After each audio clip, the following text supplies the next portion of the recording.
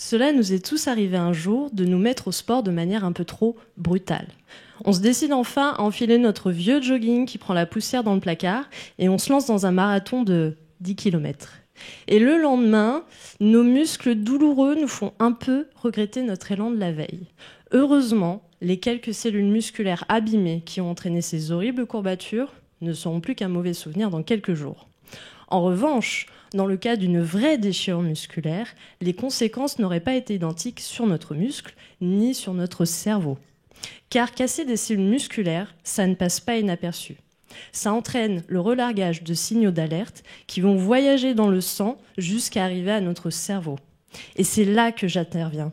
À ce moment précis, je sors mon microscope et je regarde la réaction des cellules de notre cerveau face à l'arrivée de ces signaux de danger.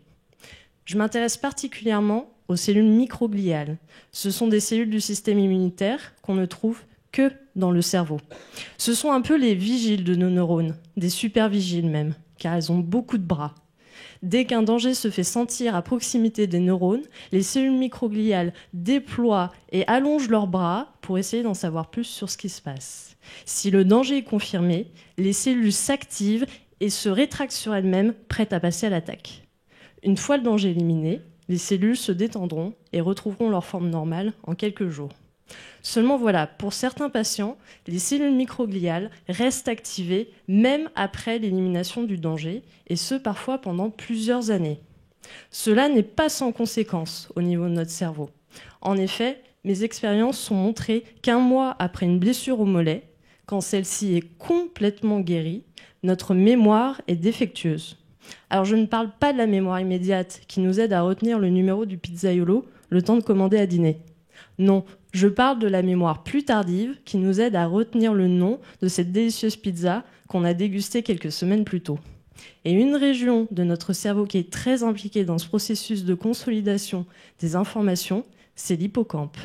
Oui, nous avons tous un hippocampe dans notre tête qui nous aide à retenir les informations importantes de notre vie. Et en utilisant des marqueurs verts fluorescents pour mieux voir les cellules microgliales, je me suis aperçue que les petits vigiles de l'hippocampe étaient activés après une blessure musculaire. Coïncidence ? Je ne crois pas. Il est probable que la survenue et la persistance de cette activation microgliale de l'hippocampe participent au défaut de mémorisation observé. Ces résultats sont importants car ils nous amènent à reconsidérer la prise en charge des patients ayant subi un traumatisme musculaire pour protéger leur cerveau. Alors dorénavant, faites attention à vos excès sportifs, sinon vous risquez d'oublier où vous avez rangé vos baskets.